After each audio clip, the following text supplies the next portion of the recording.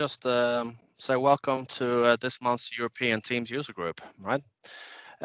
You can switch slide already now, Lisa. All right. As usual, we always kind of, describe a little bit what this user group is all about. So me and Chris Hord, Adam Deltinger is my name, started this user group about 18 months ago, and so far we have had about 32 speakers from basically all over the world doing their sessions in our user group meetings. I mean, don't be fooled, it's called the European user group, but it's kind of stretch it to basically all over the world, right?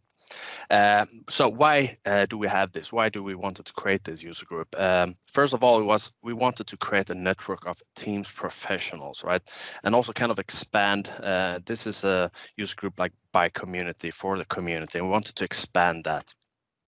And we wanted to, most importantly, create opportunities for people to share their knowledge, expertise, and passion about Microsoft Teams by doing sessions or presenting something about Microsoft Teams, right?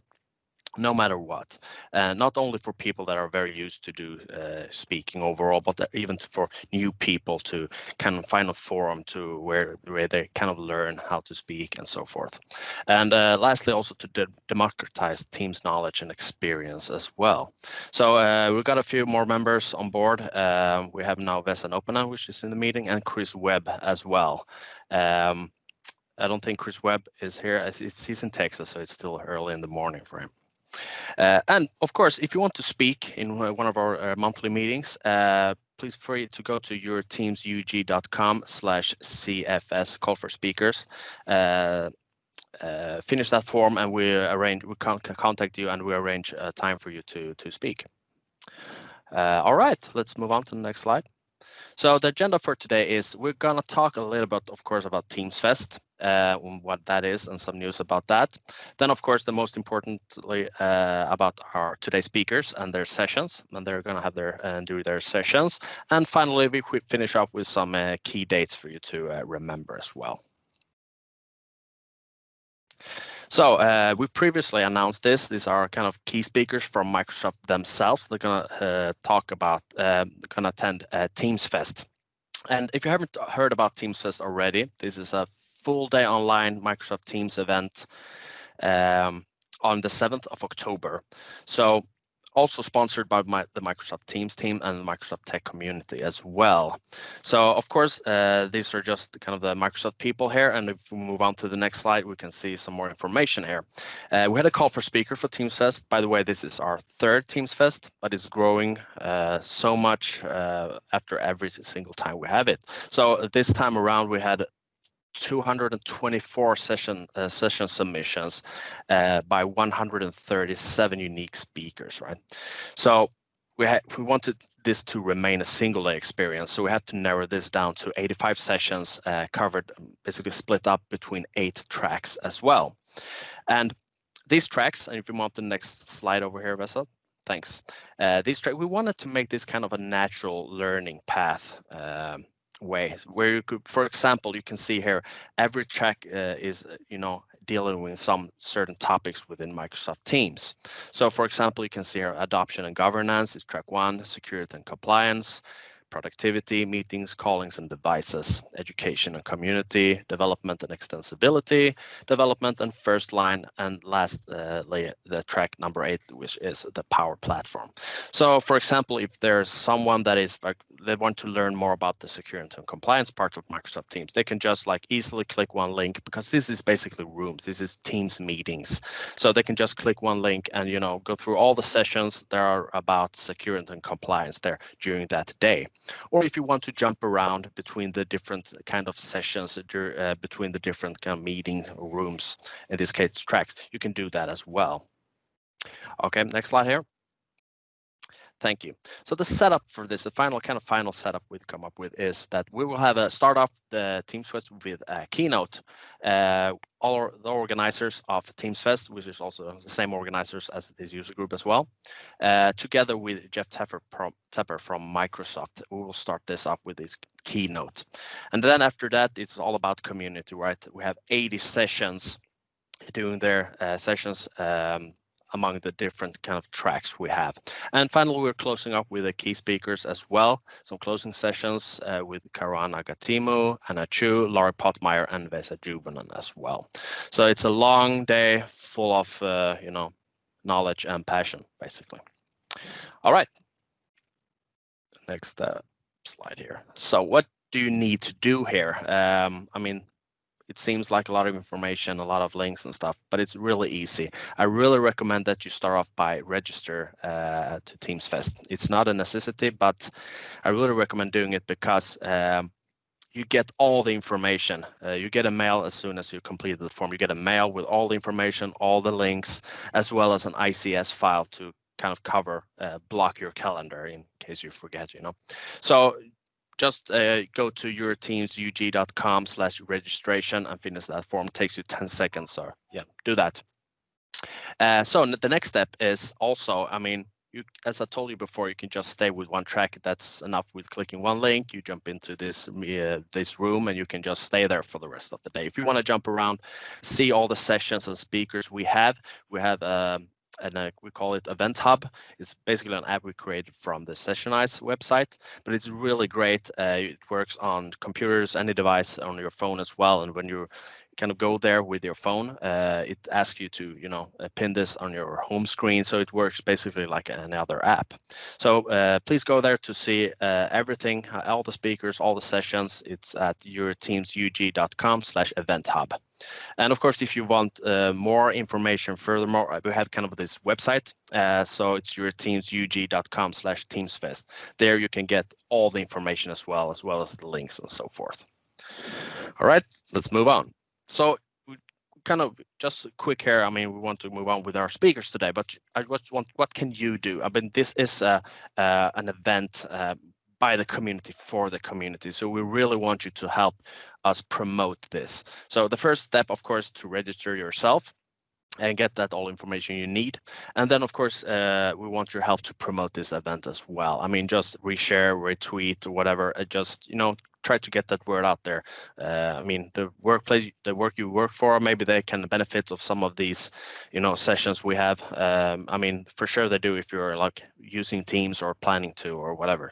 Make sure to get this information out there. And of course, lastly, no-brainer, participate in this event yourself, of course. All right. So finally, we come to today, actually. So the speakers for today, today we have Ragnar Heil. He's a channel manager at Quest in Germany. And he's going to talk about tenant-to-tenant migrations in Office 365 and the good, the bad, and the ugly. And then we have Nicolas Georgiot. You have to let me know if I pronounced your last name wrong. Please do. He's founder of MooBrain in Canada, and his session is about, hey, what's the problem with Teams private channels?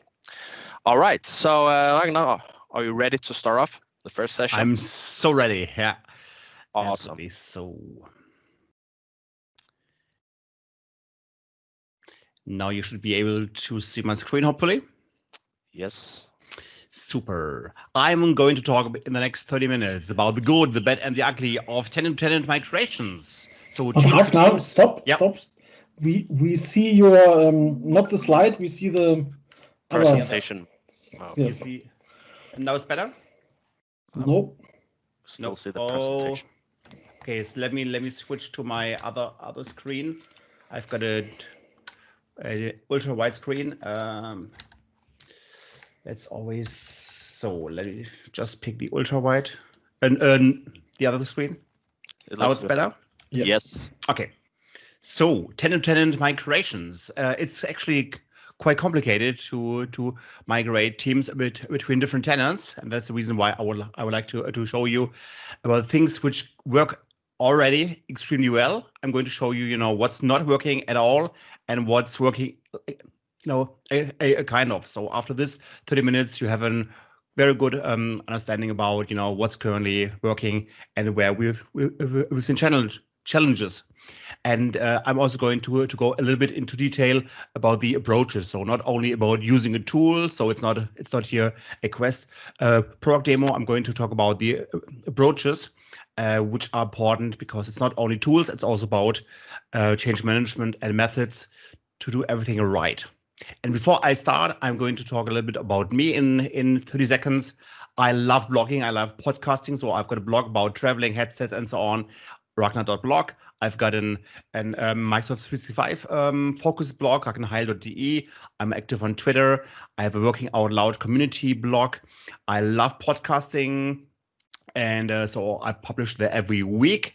And I'm very excited about live streaming, and Alex Eggers, who is also joining this meeting here. We have a weekly live show Thursday evening, 9 p.m. about Microsoft Teams news, streamed live over public social media channels. So that's what I'm currently very excited about. And all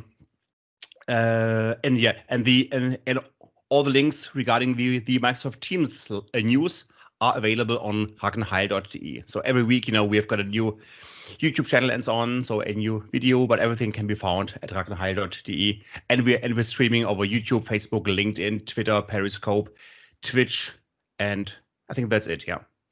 So we would be happy if you could join. And but it's currently in German, but the next one is in English.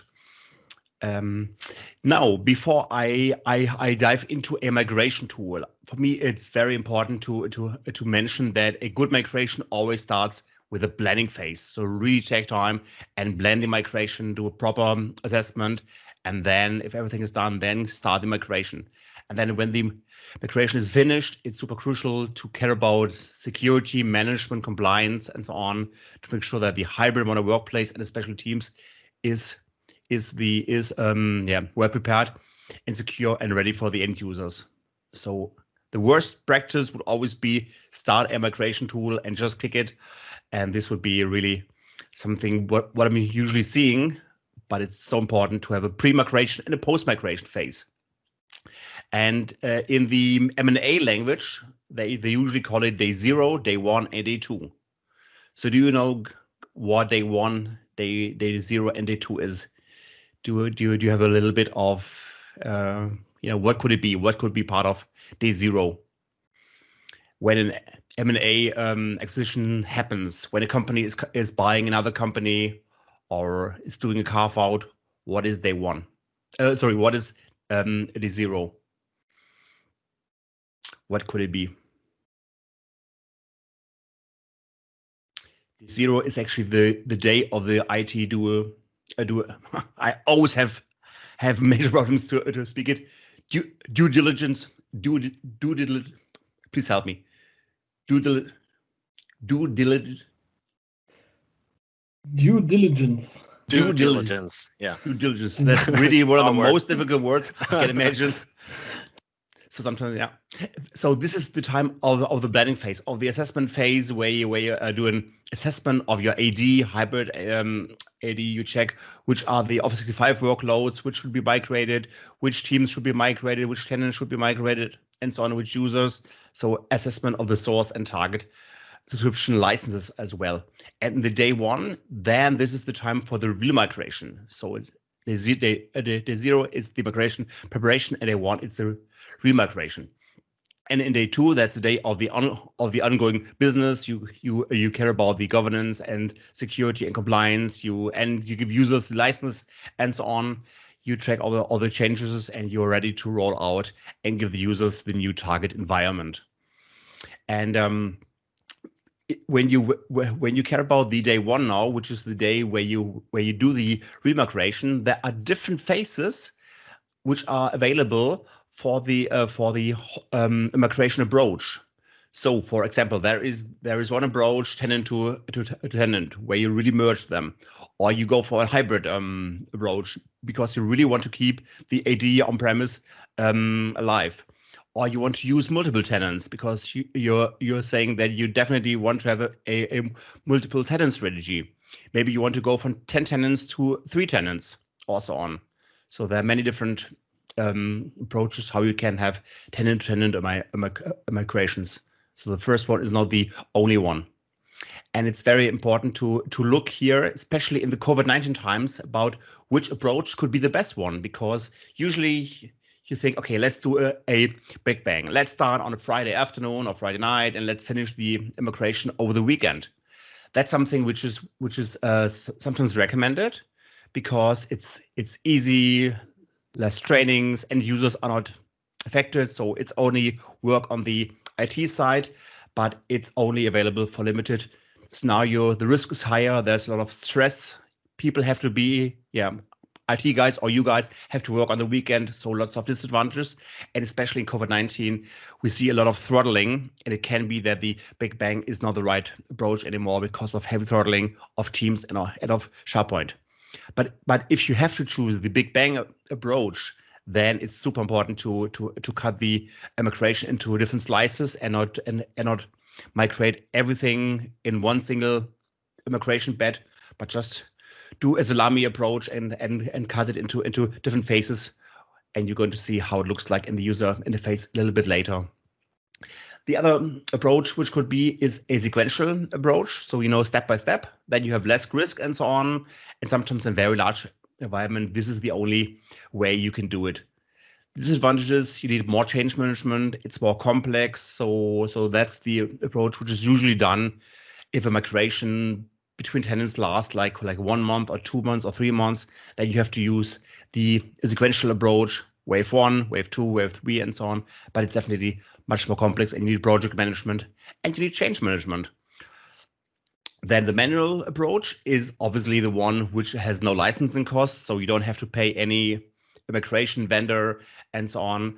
But it's very labor intensive. So even if you save money because you're paying the immigration tool, you have to make sure that the staff, that the people are really helping you in this migration. Otherwise, it's just not possible. And you're losing a lot of things. Sometimes you're losing metadata.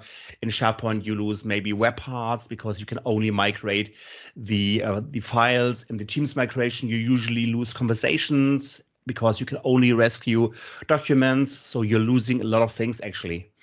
And it only works with a limited content size. So it's a cheap approach, but you're losing a lot.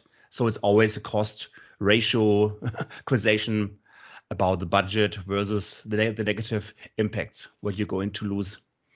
And then the incremental approach, that's the zero impact approach, less disruption for the end users. In the best case, they don't notice any kind of change.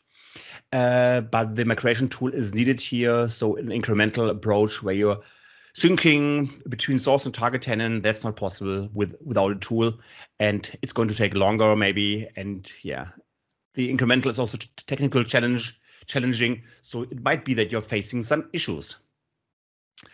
So, and then one thing what I'm usually seeing on the customer side is that they have the wrong kind of team planning. So they are thinking that IT does around like 80-90%, and the communication people do 10%.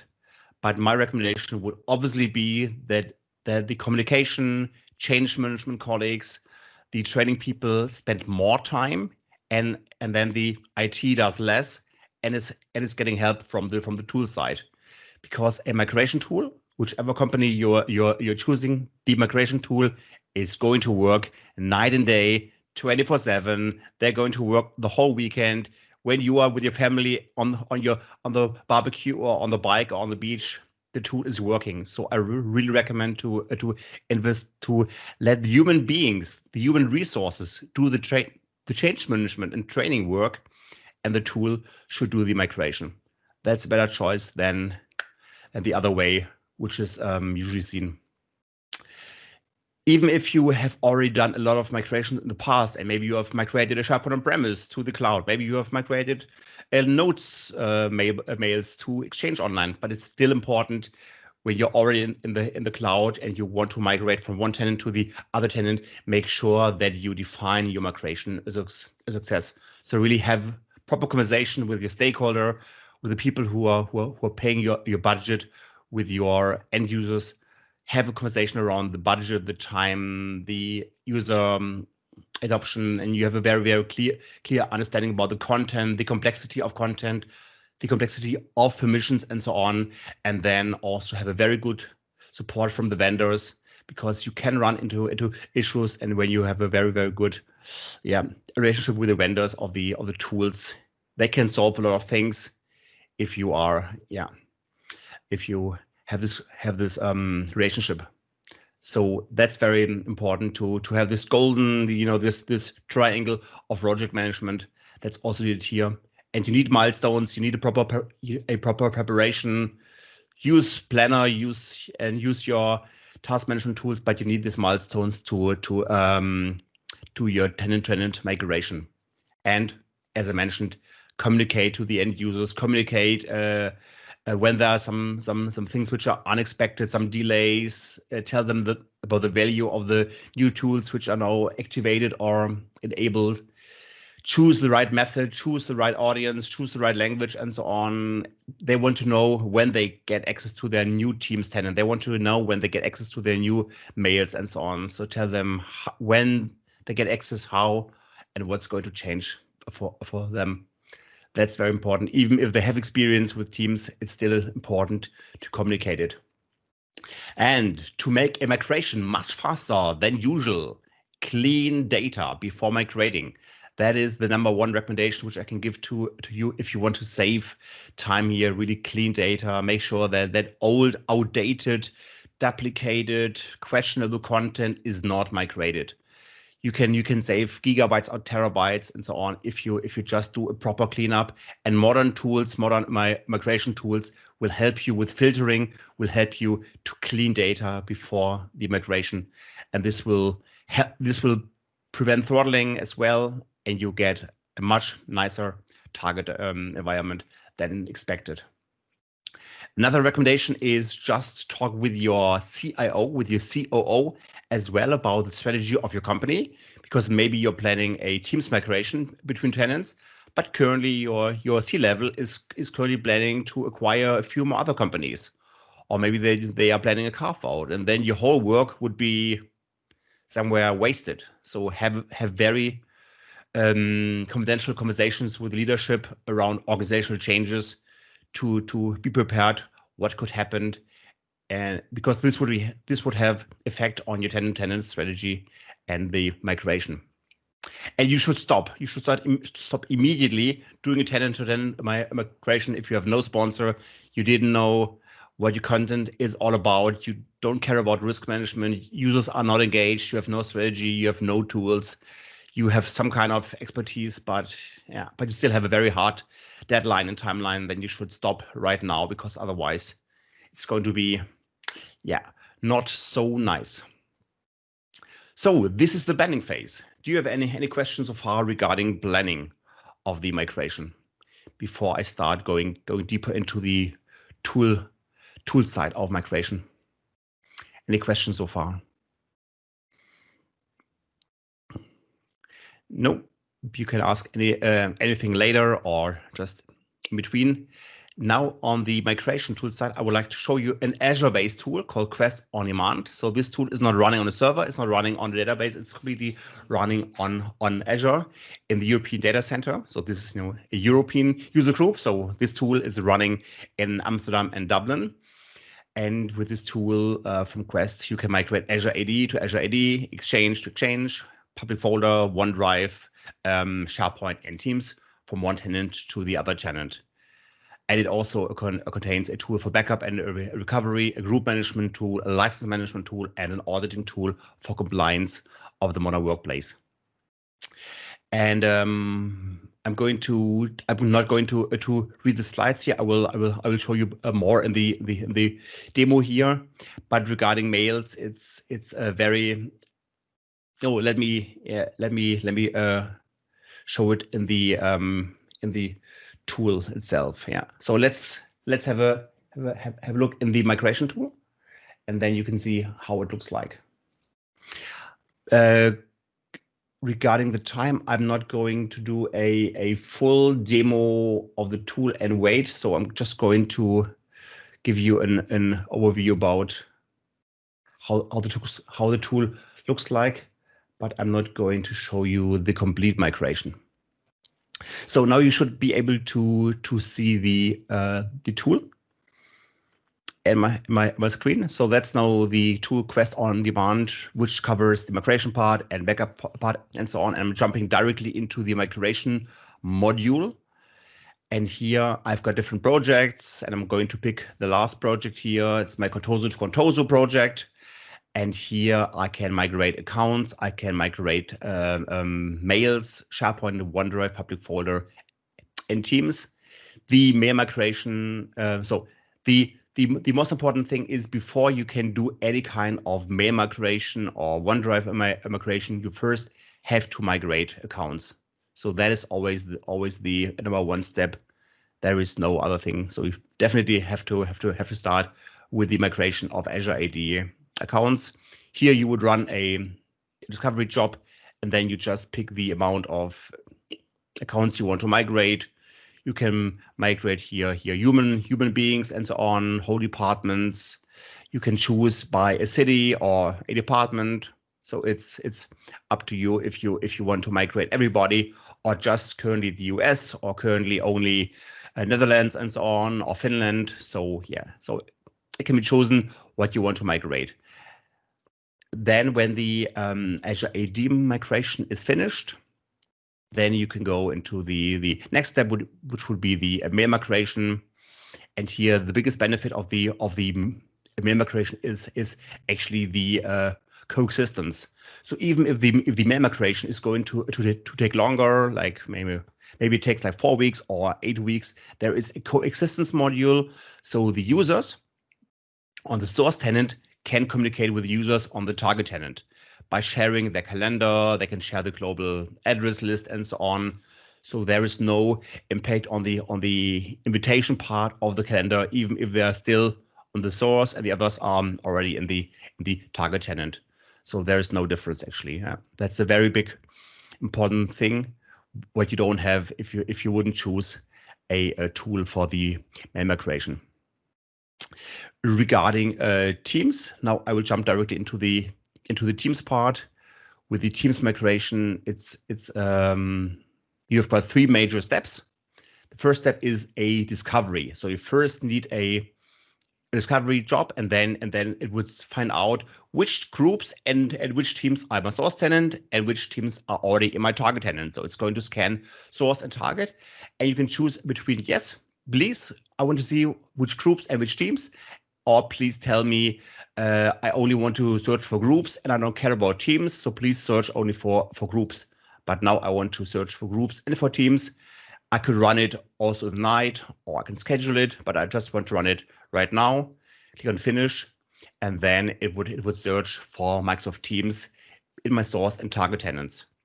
And here I can stare on the process, on the progress bar, but I can also go here on this little button, and then I have the events, and I can see the log files. So you can see Quest on Demand is offering log files here in the browser window, and it's easy to read, easy to consume, and yeah. Now the discovery job is finished, and I've discovered 10 teams. Now I can go back into Teams and click here on the migration. Let's say I want to migrate the retail team, and before I can migrate the retail team, I have to do a provisioning job. And now you might ask yourself, hey, what is a provisioning? The provisioning is this part where you create the team's structure, the team's configuration, the team's users, and the team's channels. And now the first question is, listen, if this retail team is already existing in the target, what should I do? Should I do nothing? Should I merge it into the already existing team, or create a new team which is called prefix migrated? Okay, I'm going to choose do a new team, and please suppress the very annoying welcome message. Nobody wants this messages, so please suppress it. And now it will go and do the provisioning process of the retail team for my Contoso client. And now, actually, I need to wait here, but now I'm clicking on migration, and then I can choose, and that's now a COVID-19 feature. So we have implemented it because we did it for the customers. Now I can choose if I want to migrate messages and files, or only conversations, or previously migrated files, or only group mailboxes. But currently I want to migrate conversations, messages, and so on, and files. And I want to migrate the planner, the OneNote, the Word, Excel, PowerPoint, and also the websites, and also the PDFs. And if the conversations maybe are already migrated once last week to the target, I can merge the conversations which are new from the source into the existing conversations which are already in the target. So that's also possible to have a nice incremental sync migration, what I'm talked about in my previous slides. And this would now kick off the migration, click finish, and then the migration is currently running. And I can do the exact same things for groups and so on. Do you have any questions so far regarding here the Teams migration? Maybe you have got some questions. What is currently in the scope and what's out of scope? You know, what is supported, what is not supported? This could be a question. Yeah, Ragnar. Hi, Philip here. I have a short question about what is actually migrated, because I'm aware of some API problems, what is supported by the most backup companies that are developing backup software. They have all the same problem, that Microsoft is not fully finished with the API to migrate or backup some team stuff. We are all in the same boat, actually. Yeah, exactly. Yeah. So we are a part. So sometimes we are using the client API. Obviously, sometimes we are using the Graph API. Sometimes we're using a preview of a tab program, a preview of the API. So currently we are in the preview of the import API. We are in the preview of the export API. So it's a mixture of client APIs, migration APIs from SharePoint, these two preview programs, and when we migrate files in Teams, then we're using the SharePoint API, which is obviously the fastest, because SharePoint is offering the migration API. That's super fast, and this is used when we migrate files, which are, as you know, part of Teams. And from the objects, so we migrate the owners, we migrate the members, we migrate the public channels, we migrate the private channels, conversations. Chats are going to be supported soon. So our team is currently working on the chats migration, also on the documents there, which are stored in OneDrive. So chats and attachments are also going to be migrated soon. The same for wikis. We migrate the SharePoint document libraries where the files are stored, Teams pictures, timestamps, team settings, configuration, guest accounts, planner, OneNote, chats, as I said, is coming soon, wikis coming soon, bots, a little bit difficult. Calendar is supported, a group mailbox, formatted text is supported, emojis, likes, GIFs, memes are supported. Images inline are supported, attachments are supported. We're currently working on the recordings. We are currently working on the code snippets.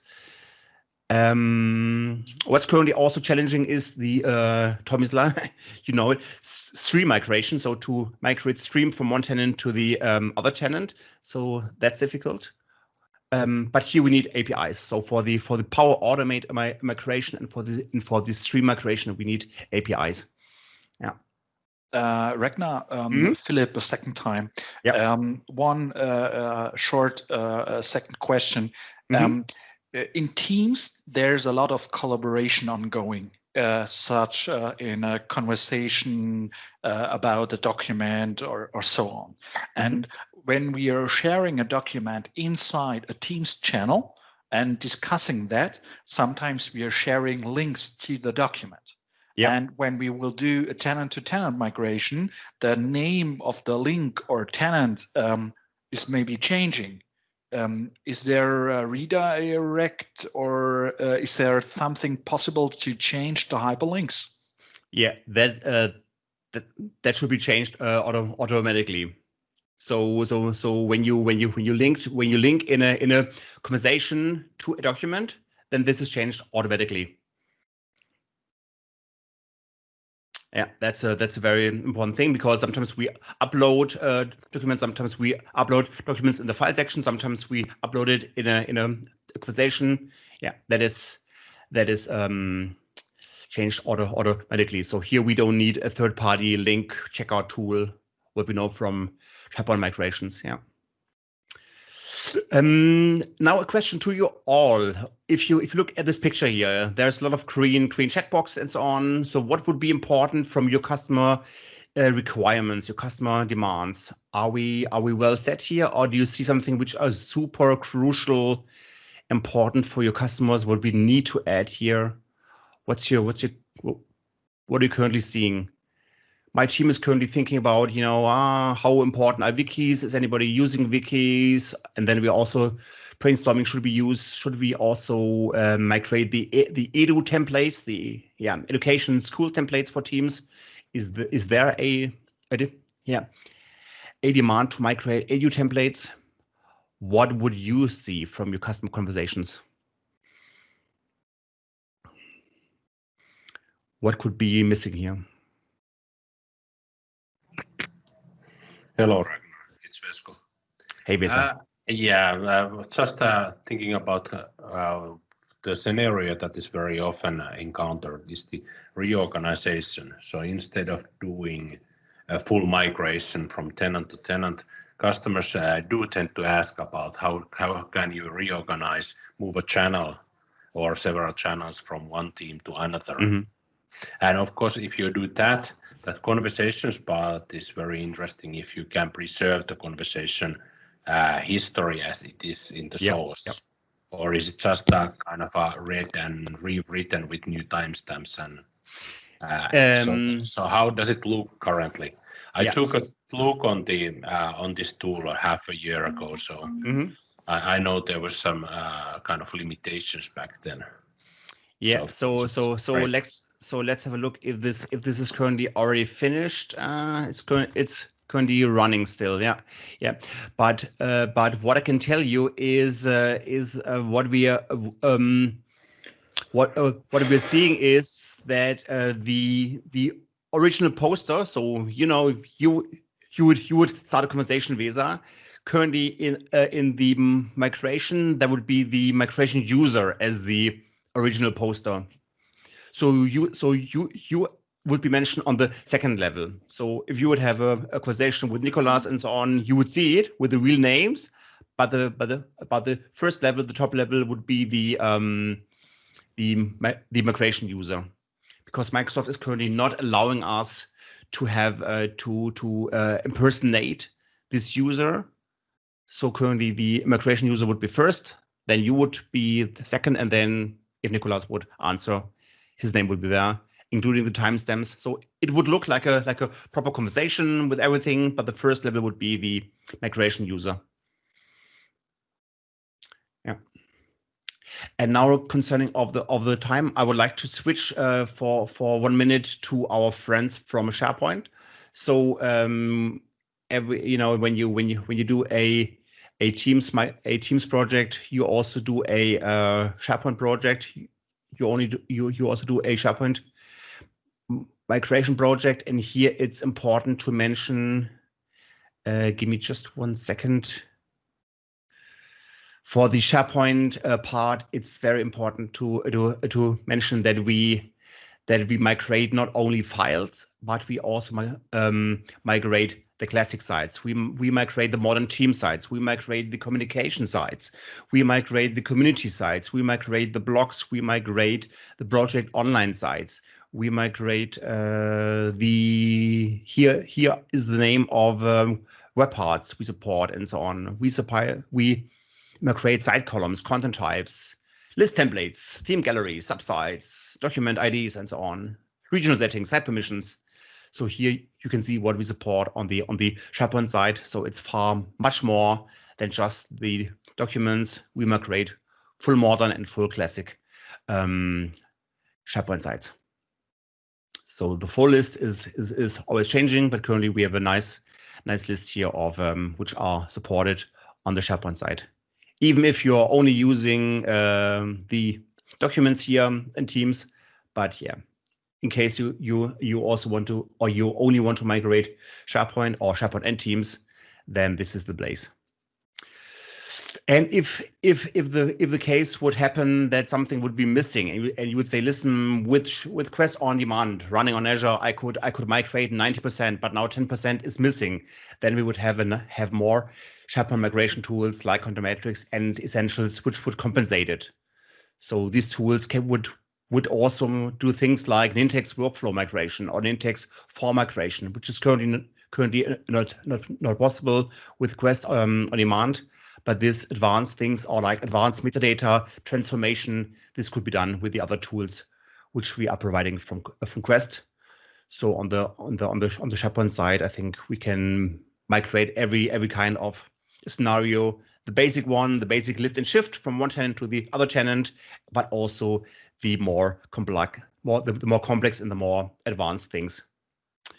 So, and if you want to know more about COVID-19, I'm not going into detail here now. We have published a blog post around COVID-19 where we recommend when you should start your migration and when you should finish it.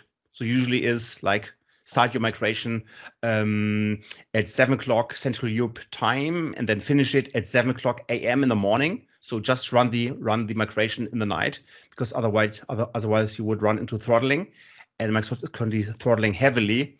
So it's really painful. And here the good news is if you would choose a migration tool, then you would do the migration in the evening, but you still can be with your family and with your friends and your barbecue or whatever, because the tool is doing the work for you. Yeah.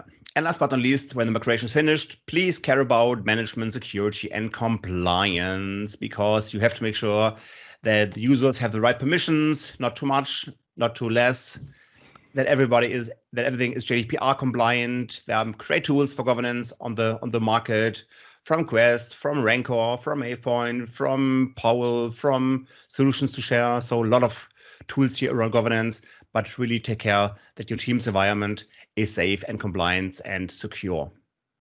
And then when the migration is finished, the last pillar here is really learn from your experiences.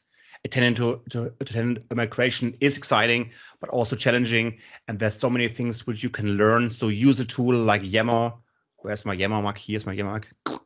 Please use a tool like Yammer and share your experiences so that others can learn from your journey from migrating from one tenant to the other tenant. Because sharing is caring, as we know, because community rocks. Thanks so much for your attention. And let me know if you have more questions. Thank you, Ragnar. And yeah, indeed, sharing is caring. Do you have questions for Ragnar at this point?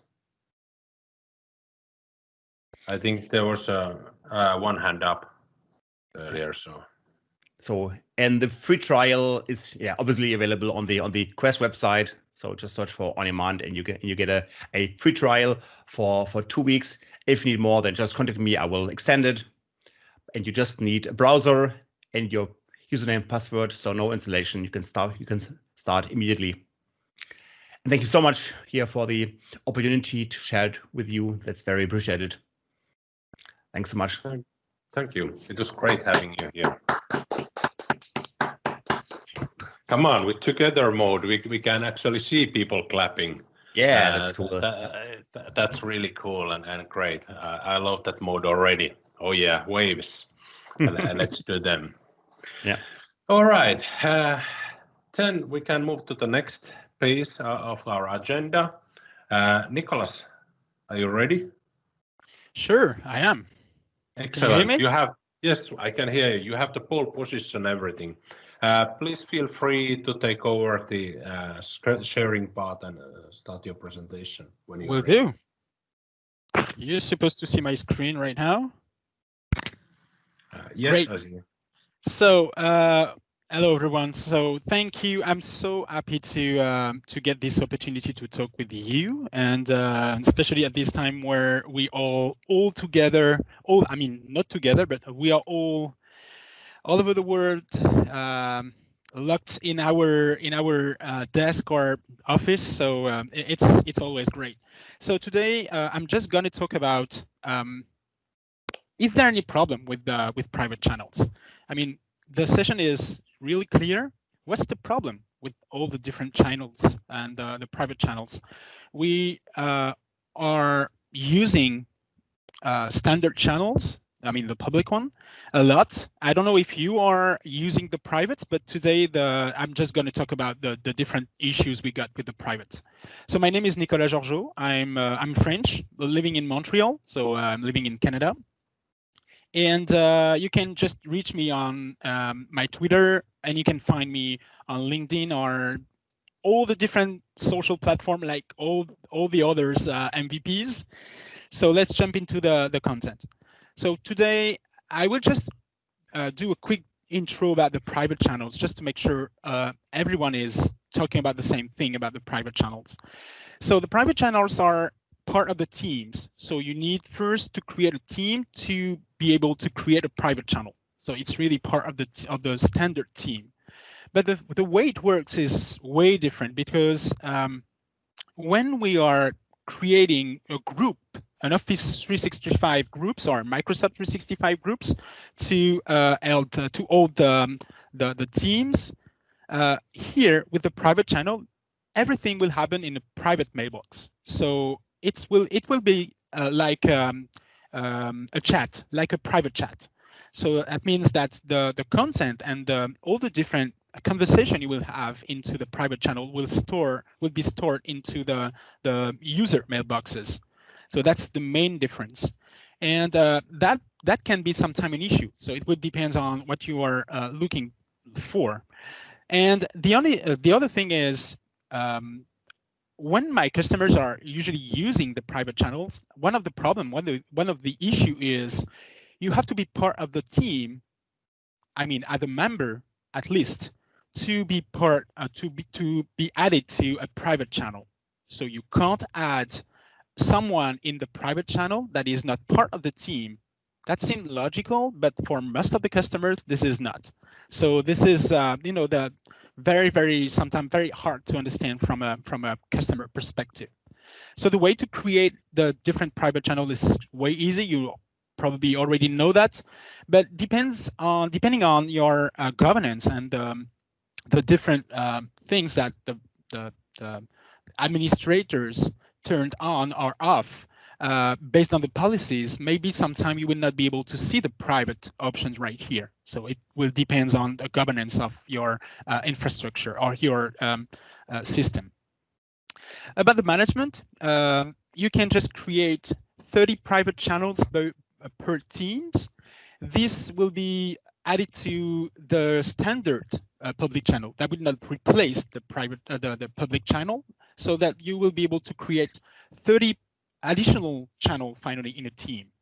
The private channel got its own settings. So that means that from the team perspective, from the team environment, I would just drag my team right here. So here, it will just refresh. I got some lag. Come on. From the team. So here, very simple, you will just get some additional settings right here. So based on, for example, if I'm just looking to a public channel right here, you know that when I will go into manage channel, you would get only the moderation options right here, because the settings of this public channel will be the same than the one coming from the team. But from the private channel, you will get your own settings. So when you will go here into the manage settings, you will get some additional settings right here. And here you will be able to, of course, manage the member permissions. And here you will be able to decide if you will use exactly the same settings coming from the team, the global teams, or you will define some specific rules here into your private channel. So this is the way it works. And you can see here, the private channels are very, very specific. So they will rely on a very specific SharePoint site with its own template. I will just go go back to this in a minute. And very interesting thing, the private channels won't be copied when you will create a team from an existing team, just to let you know. So you will be able to use your team as a model to create a new one. And during the creation, when you will copy your team settings, the private channels, sorry, will not be created in the new one. So that's just to let you know. So now let's talk about some pros about these private channels. It's very, very easy to create, and it allows you to really separate the content, because the content will be stored into different buckets. I just talked about this a minute ago. From the conversation will be stored into the user mailboxes, so like the private chat, and the content will be stored in his own SharePoint document library. So that will be a different document library, different SharePoint website, and sometimes that can be useful and sometimes that could be painful. So I would just go back on this in a minute. So you can just separate the content without multiplying, because this is one of the problems actually when you are working with teams. More and more people are just a part of many different teams, and it's sometimes there's a lot of different teams to manage from a user perspective. Even using the favorite feature, sometimes it could be very painful. So here, the good thing is you can just separate the content, even if you are not multiplying the number of teams. Again, very simple to implement right from the team. You can just use the team admin center if you want. So from the admin center, you can just go into your team's management. You can see here that I've got a private channel in this team, and here if I just go into the team, I will be able to go into the channels, and right here I will be able to create a private one. So here the difference, using the admin center, you will be able from the very beginning to design a specific channel owner. When you are creating the private channel from the Teams application, by default, the team admin, the team owner, will be automatically the team owner, the owner of the private channel also. So that's the difference between these two ways to create the private channel. But you can just manage the private channel right here from the admin. So more and more Microsoft is just adding some, some part that was missing before. And they are actually working a lot on private channels. So more and more, there's more pros than cons, but you will see that there is still a lot of cons. So the pros, the good thing is, the private channel responds to the silo version of organization. I mean, you don't have to change anything in the way people are working, because they will continue to work in this private directory like they did before. So you will not have to explain that in the same team, people can just work together and use more collaboration into the team. So there's this is painless from a change management perspective. You don't have to change anything. So that's really good thing, but you will see that this is also counts. I mean, you will not change anything in the way people will collaborate into the different teams. So that does not require any change management about sharing habits, because people will still continue to store the content into a kind of private or dedicated directory. So that will not change anything in the way they are actually working. But sometimes you have to, so because this is kind of a new tool, and sometimes that people are just trying to keep their old habits, and that it's always very hard to change something in the way they are sharing. It will replace the private conversation, but with the advantage of a team in the team. So this is the kind of team in a team finally. So that's really the idea about the private channel. But with again with some problem comes, and that will keep files separate because that will be stored into a dedicated SharePoint site. So just very quickly, I will just jump into the SharePoint site right here. So here is my SharePoint collection used to store everything about my team. So you can see here, I got my default template, my default team site with a group template that is used to store the content with all the different options. I mean, by default, I got the notebook. By default, I got pages, and I will be able to create some pages and store and link my pages into my team. So very interesting, very powerful. But when it comes to jump into the site collection created for the private channel, you will use a separate, a dedicated template. And this template is really poor because this template does not rely on an Office 365 group. So that's the reason why you will not have a lot of options into that one. So from a SharePoint perspective, you will have the ability to activate a lot of features, so you can still go into the settings right here, into the site information, and jump into all the different settings to add some features to your site. But for example, here, you will not be able to manage the permissions. So there is no way from this SharePoint connection to manage the permissions. And as an example here, you are not able to see how much, how many people are sharing this site with you right here. But by default, you can see here that you got this information in the default SharePoint connection. So these are some of the difference you've got between the two connections. And I will just go back into this in a minute. So let's go back here to the slides for a minute. So now, the last thing is, and it's very important, the users will feel empowered because they will be able to do and manage this by themselves, and which is good from the end users. They will feel more important, more empowered. But when people feel more empowered, sometimes it's something you have to just validate. Follow by default from an admin perspective. Let's now talk about the cons.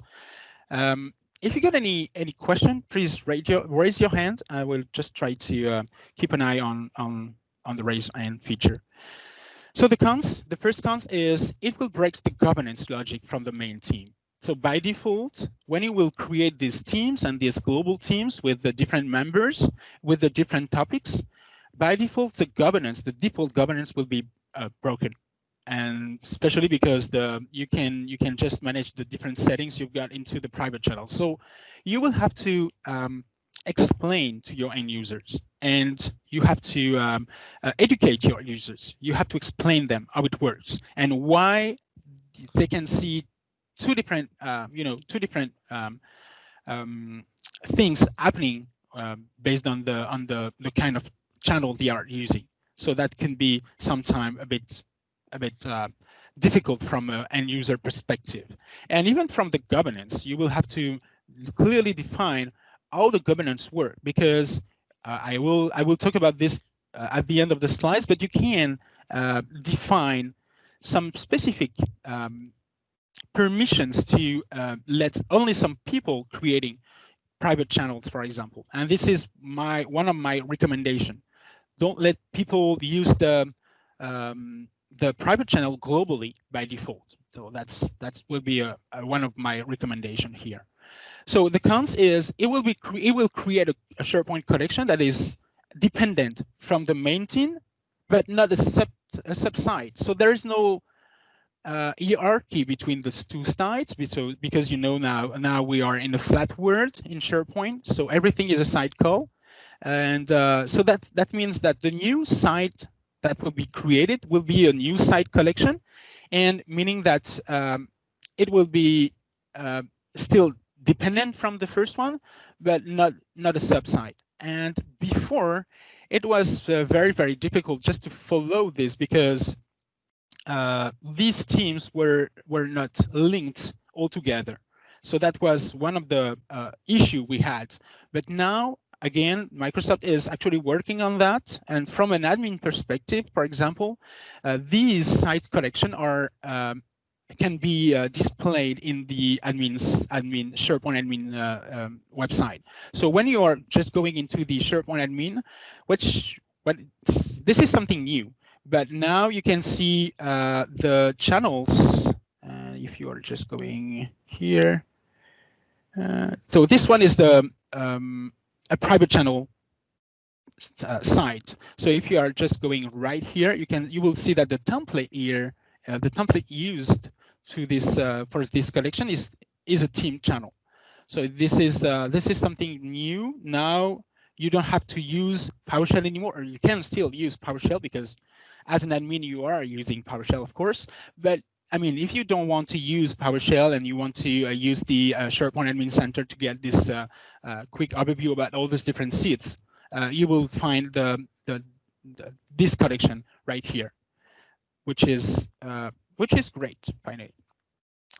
So these SharePoint sites are built on a specific template, which is a different one, not attached to a group. And what means that as this SharePoint site is not using a group, the way you will manage the members and the way you will be able to use the different application will be different. And again, that's always very difficult to explain. Oh, you will be able to use this private channel for your, let's say, management meeting, but you will not be able to share any planner in this specific private channel, because Planner is one of the applications that is using an Office 365 group to work. So that's the reason why we are still waiting for this. And I know that Microsoft is actually working on this on this thing, but we are still waiting for that. And we are still at this point where you have to explain that for the end users, because it's purely a technical thing, and your users will not be able to understand. So they will probably start a private channel because they need to share something in a conversation, and more they will ask you some additional application. So most of them will be available, but some of them will not be available, and they will not be able to understand why. So that's just a tricky thing sometimes. So if you just want to see that from a Teams right here again, I can just go into my private channel right here. I will just try to add a new tab with a new application, let's say Planner, for example. So this Planner application is not available in this private channel. And for example, Forms is not available. So these are typically the kind of applications that can't be added to the private channel. And again, you will have to explain that to your end users. This is always very difficult to explain things to users because they are not technical users. I mean, most of them. So the next thing is there's no way to customize the SharePoint site naming convention. So if you are using some specific naming convention or title from your SharePoint administration, you will not be able to customize this. By default, you will use the minus and the name of the private channel right after. And which is sometimes a bit curious because for end users, again, they will see duplicated information when they will jump into the SharePoint site. So for example, here, they will jump into the project management here, which is the name of your teams minus the name of the private channel. And here they will just go directly into the management directory into the document library. So that's a lot of information, a lot of space lost for nothing. So that's again something that end users are seeing a lot. So you will have to explain that. You will have just to explain that. And just to just another difference with the private channels. With the private channels, you've got this information that this folder is connected to a Microsoft team. The kind of information you don't have into the public channel. So, but can be very useful, but actually we are still at this point where we are waiting that this information will be added to the default public channel right here. And you can see here in the public channel, there is no information right here about the connection with a channel conversation. So that's really weird, because the experience is different between these two different sites. So you will have to educate your users. Very interesting thing about the fact that we are using a specific site collection. You can see here that I'm using a sensitivity label. So here I just use a sensitivity label for my team. So I did just use the project sensitivity labels right here, and this label has been applied to the default SharePoint collection, of course, and this label is applied by default to the SharePoint collection used by the private channel, which is good. But we are still at this point where users will be able to change the sensitivity label of this SharePoint site collection right here, and this change will not be available and visible from the team client. So the team client will continue to display that globally the sensitivity label is project, for example, in my case right here, but sometimes the users will change this sensitivity label without letting people knowing this from the team client. So that can be, again, this is something you have to explain or to show how you can do this without any trouble.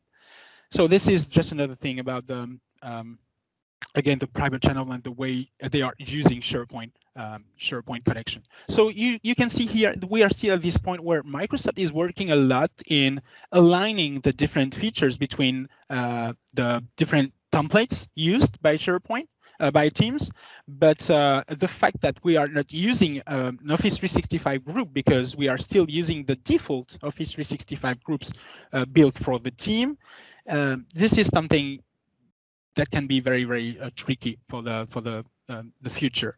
So here, the save and restore is impossible for most of the backup tools. So Ragnar just explained us that it works for Quest, for example. Most of the things are working. So maybe Ragnar, you will be able to just add some comment on this later. And yeah, of course. Yeah, so most of the things are working, but when it comes to restore a specific conversation or a specific document or a specific coming from a private channel, all these different tools are not on the same page because they are stuck with exactly the same problem. There's no API to do this. There's no, not yet. I know that Microsoft and the Teams team is actually working on this, but there are still some issues with that. So if you want to save and restore or migrate the content to using a backup tool, you just have to double check what is possible or not before thinking about this. And as Ragnar said before, you have to plan this. That will be the best way just to avoid any issue with that. We didn't talk again. We didn't talk together before, Ragnar, but this our session are some connected somewhere. Absolutely, yeah. So the cons is another cons is you can't easily change from private to public, and neither public to private. So there is no real way to migrate in some way, and there is no tool to easily migrate a private to a public. So that means it's always very, very difficult to explain to the end user. You will have to make some choices, and these choices cannot be reversed. So you do not have any option. Migrate the content will be a bit more complicated, more complex than just changing the team kind, the channel privacy. So that's, again, you will have to educate and explain to people. There's another page, a second page about the cons. So the private channels are, again, it's like creating a team dependent of the first teams, and the problem is you can't add additional channels to this private channel. This is really a focused private channel, so you can't add additional channels. But that could be great, because the first use of the private channel, we all agree that is to focus on the topic. For example, let's say when we are talking about the project, we will talk about the management. But sometime in the management, you will have to focus on team members management, or I mean, the work, and sometimes the budget, for example. So these are two different things, and the users are just asking, oh, I just don't want to create another private channel. I just want to use the same one. So they will use directory in their SharePoint libraries, and they will create a subdirectory to do this. And we know that subdirectories are still possible, but sometimes we are just trying to avoid this because it's always better to use this metadata instead of a directory to organize files. So that's another thing, is here with the private channel, you will not be able to create a sub channel into this. So that's the only thing.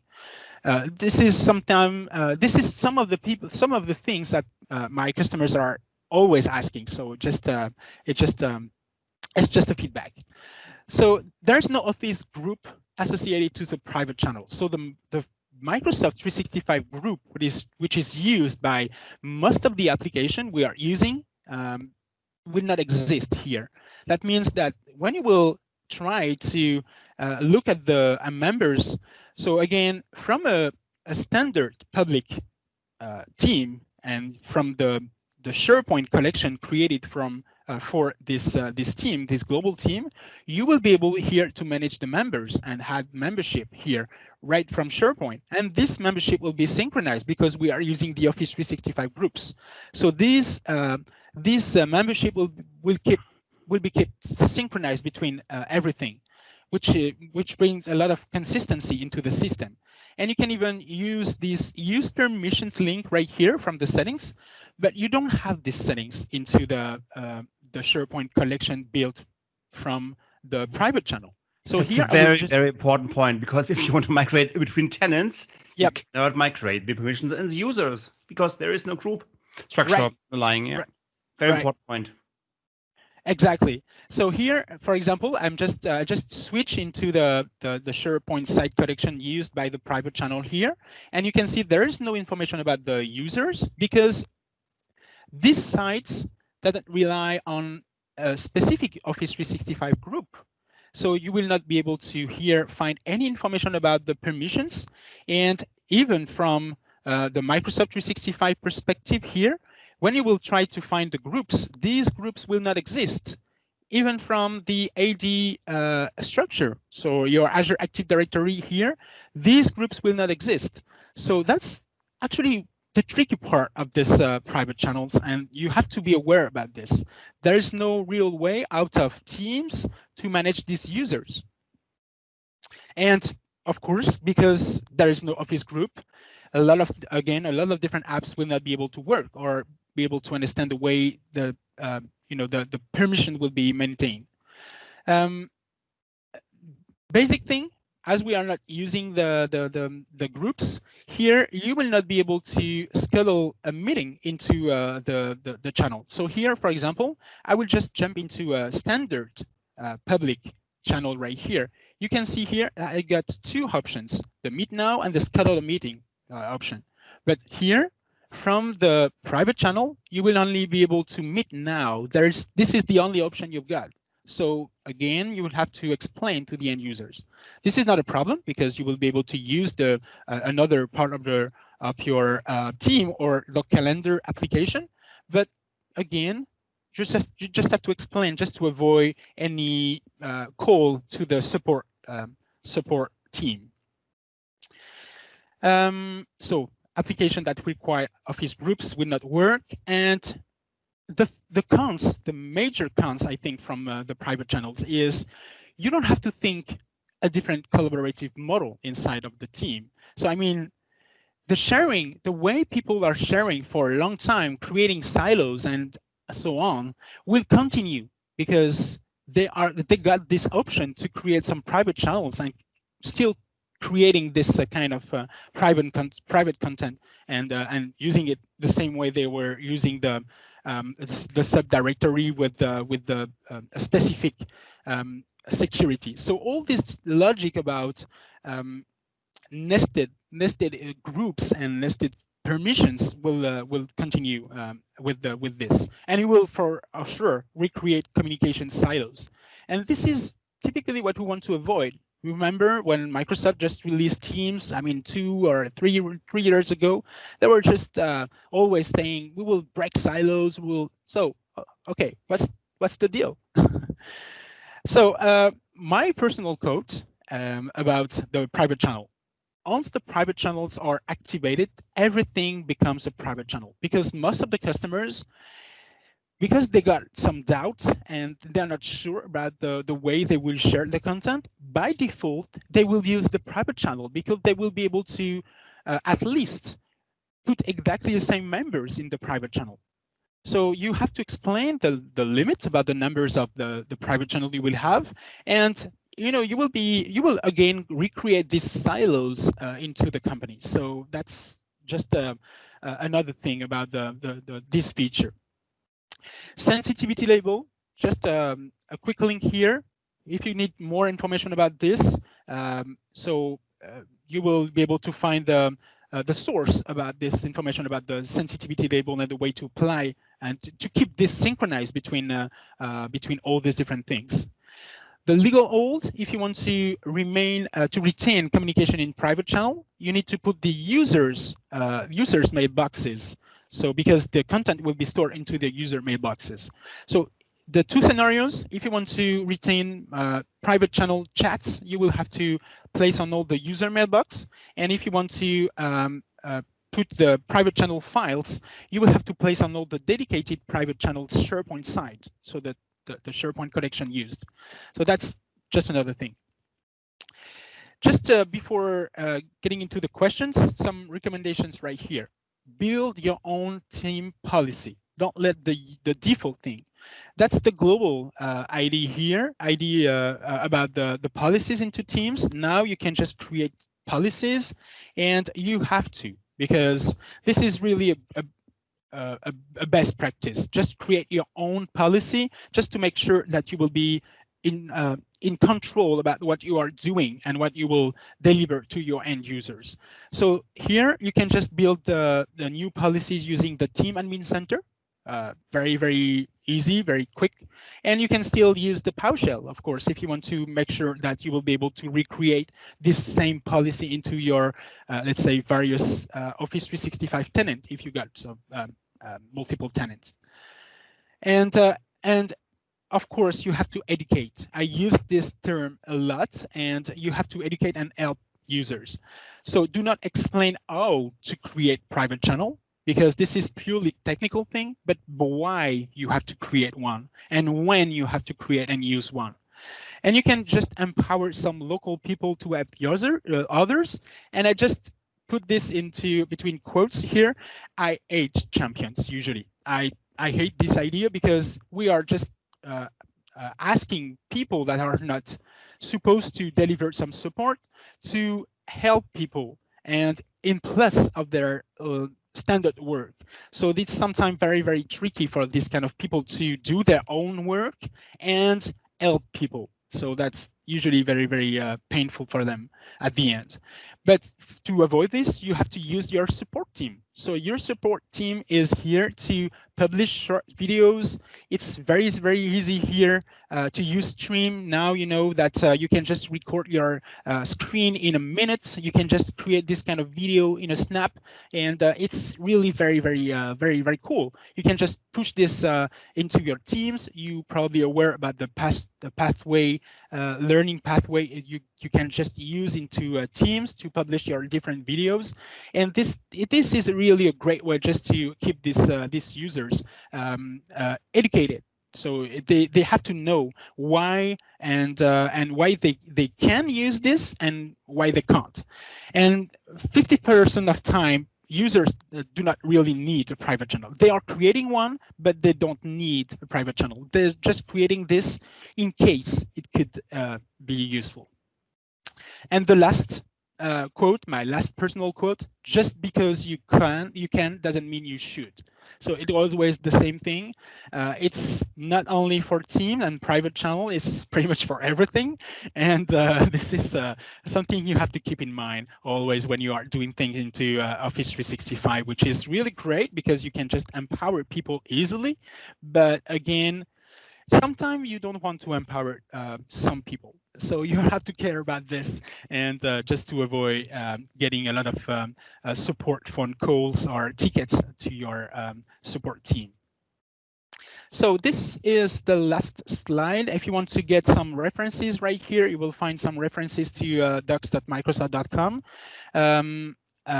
There's a lot of great information right here onto these different pages, because I didn't talk in details about what you can do with the private channels and all these different options you've got, but you will find it into the reference. I was just trying to focus on some feedbacks from the field. So most of my customers are between 500 and 2,000 users, so they are not big, but big enough to get this this specific kind of problem of issues. So that's all for my content, and let's now see if there are any question. And again, thank you to give me this opportunity to talk about this, and I hope it will help you in some ways to choose to activate or not this private channel options. Of course, you can just, as I said, use the policies. We'll just go back into the policies just to show you what I'm talking about right here. So right here from the Team Admin Center, you can just go into the team policies to define your own policies right here. And you can see that you can just activate or not private channel. That means that you can just empower some people. Most of the people will be able to create some public channel, only public channels, but you can just empower some specific people, let's say, for example, project managers that will receive a specific training, for example, for that, just to explain again how to use the private channel. So this is globally the idea, and this is what I'm trying to put in place when I'm when I'm delivering the governance about Teams, not letting this setting on by default, but trying to find the best way just to let people use the private channel, but not so much, not too much. All right, thank you so much, Nicholas. Awesome coverage of the private channels. I do agree a lot with. I mean, before this feature was released, I was very hesitant to watch it, just because of what you've told us about, creating those silos and stuff like that. And I also I think wrote a couple of blog posts about it. Like, I don't like private channels even before it even came out. But I mean, for sure, if it's used correctly, it's a great thing. But that's kind of the key word, right? Right. Yeah. It's always, the keyword is always used correctly. What it means. Yeah, and who knows, right? Now, someone else got any questions for Nicholas? Yeah. Salut Nicolas. Salut. So it's good to see you. I'm really happy, and I learned a lot of stuff that was really interesting. Some of you may know that we are an ISV, and we have a free solution for governance automation in Teams. And especially, we're bringing a custom catalog of team templates. And attached to these templates are security policies, including sensitivity levels, naming conventions, and all kind of stuff. And I mean, your approach, Nicola, is interesting, because you're saying that not everybody should be able to create a private channel. Our approach is slightly different. It means anybody can create a private channel, but only as part of a specific template. meaning to answer a specific business case. So let's say I'm part of marketing. Maybe it doesn't make sense for me to be able to create private channels if my teams are only to, I don't know, organize the breakfasts with my team. But maybe I need private channels when I'm collaborating with subcontractor as a marketing, as part of my marketing projects. So what we're doing in our product is basically you can really disable private channel creation for everybody. But when they're using a specific kind of template in Teams, then they will have access to specific private channels automatically. And they don't need to have the right to create private channels because we're doing the provisioning process. So that's kind of a way for us to find the right balance between, I want to open everything to drive adoption, and I want to lock down everything and I'm going to kill adoption. So the by user approach is interesting. But in my humble opinion, I think that, especially for large companies that have the resource to create their own catalog of templates, it really makes sense to enable or disable private channels for specific business case. No, this is, you're right. This is just another approach. So yeah, absolutely. Again, if you got you are designing a tool for that. So if you got the tool that is able to manage this, yeah. It's okay, but it's always the same thing. We all know that this is a lot of things to manage sometime. Absolutely. So you just want to keep things simple. Yeah. So the great thing is, I didn't show that, but if you want to disable the create private channel right from your team, from the team settings, you can just, from the user settings, user permissions, you can just deactivate this creating a private channel feature. So absolutely. Even from a team owner, you're right, you can just control the way your user will not be able to create any private channel without asking to the owners, for example. Yeah. But for instance, we're using this, and I'm talking to Ragnar right now.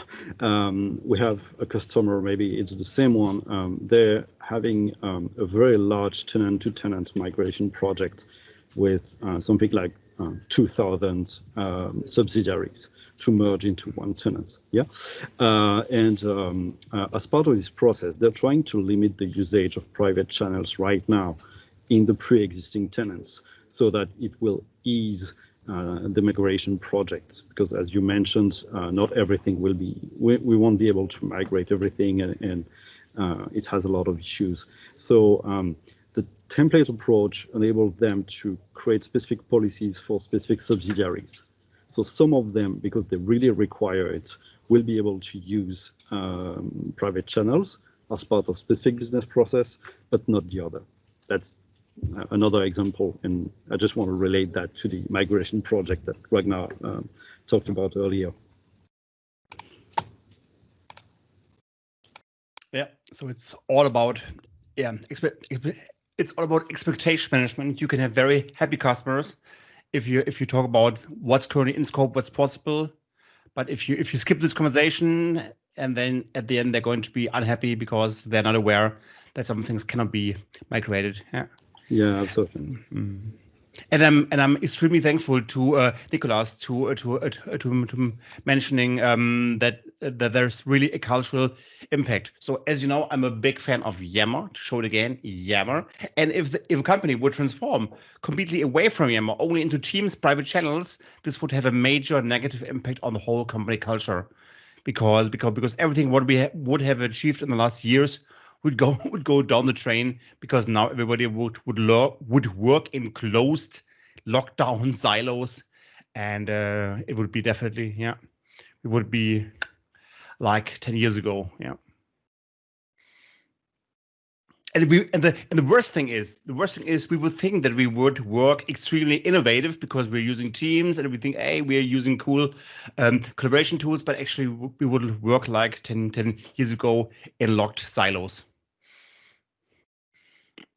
Yeah, again, this is just a change management process. So, of course, we are talking about tools, but not all my customers can buy some additional tools to their system. So I agree, there's a lot of different tools, and you're right, Guillaume, your tool is very, very interesting to manage and specifically automate things, and which is really great. And Ragnar, for example, your tool, some of the customers don't really need to back up their system, because now we're just in the cloud, and Microsoft said, oh, you don't have to back up anything. So we all know that these tools are on the market, and they are proposing different options, but depending on the kind of customers you are working with, not all the different customers can even think about using this kind of tool. So I'm specifically talking about the very small customers.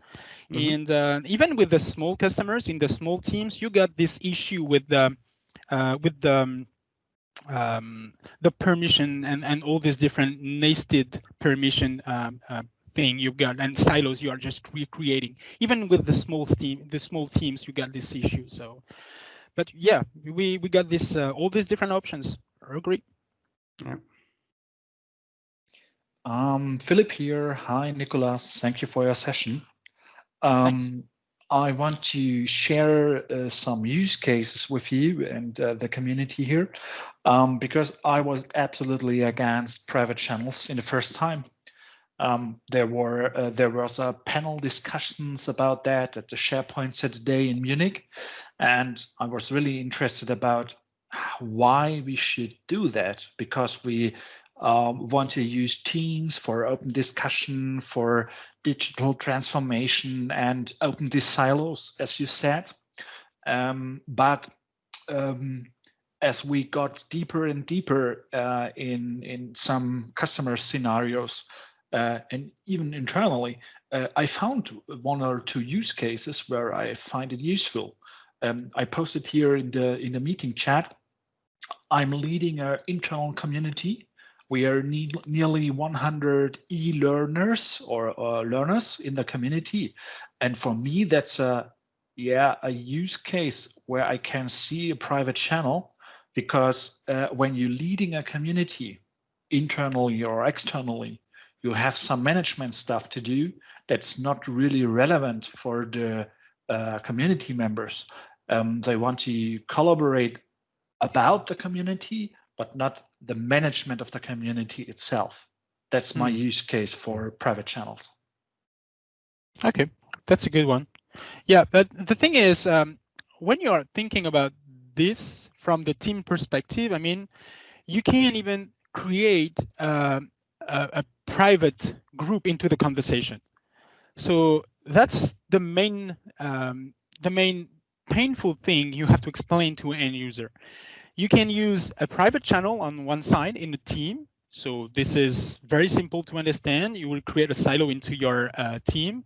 But on the other side, you can just go into the conversation, and you will be able to invite a couple of people, groups, and you will be able to maintain this group, but the content will be stored out of SharePoint, but the conversation itself will be stored at the same place than the conversation coming from the private channel. So it's really very, very, very hard to understand. But at the very beginning, with most of my customers, I was just trying to avoid this private channel from the very beginning, and just trying to recommend to use this private group into the chat, into the private chat, because finally it works exactly in the same way. You are just creating a private conversation, private chat with some attached document. The only difference is you are not using SharePoint, but you can just create a dedicated directory into your SharePoint collection used by default, and explain how these users will be able to use this specific library or directory into your default library, just to push content and some content into the conversation. So it always depends on the kind of use case you've got, but you have to decide. You have to first decide your governance and publicly announce your governance, just to make sure people will be able to understand how it works and being educated on this. Exactly. Hey, thank you, Nicholas, and Thanks. the other attendees, because I guess if we would continue with this, it would be another hour or something like that easily, because we all have options about the private channels and how we could be using them. And as you said, I think you stated it very well, that because if you can do something, it doesn't really mean that you should do it, because that's a great thing with Teams. It will serve to different scenarios. And it's great seeing you, Bill. I didn't recognize you first until you were speaking. Yeah, now it's much more easier. All right. To kind of close this in, you can still continue talking after this one, but let us close the recording soon. Of course, thank you to all speakers. It was great, and especially the talk about this. That was amazing. And on personal level, it was so great seeing you online, because I've met some of you in real life as well. So it's really fun, and of course the fun with Together mode as well. What we have next is the Teams Fest, of course. That's happening early October. And so we don't have a meeting during the September or this kind of meeting, but instead we will continue on the 19th of October with this user group meeting, and we will have Bill Meyer, sitting next to me, the other side, there speaking about the major pitfalls when building a large-scale Microsoft Teams app on Azure, and then we have Khalid Hussain as well about security and governance in Teams. So those topics are really relevant and great for all of us, I guess. So hopefully I will be seeing several of you there. At least Bill, you're needed. But hey, thank you. I think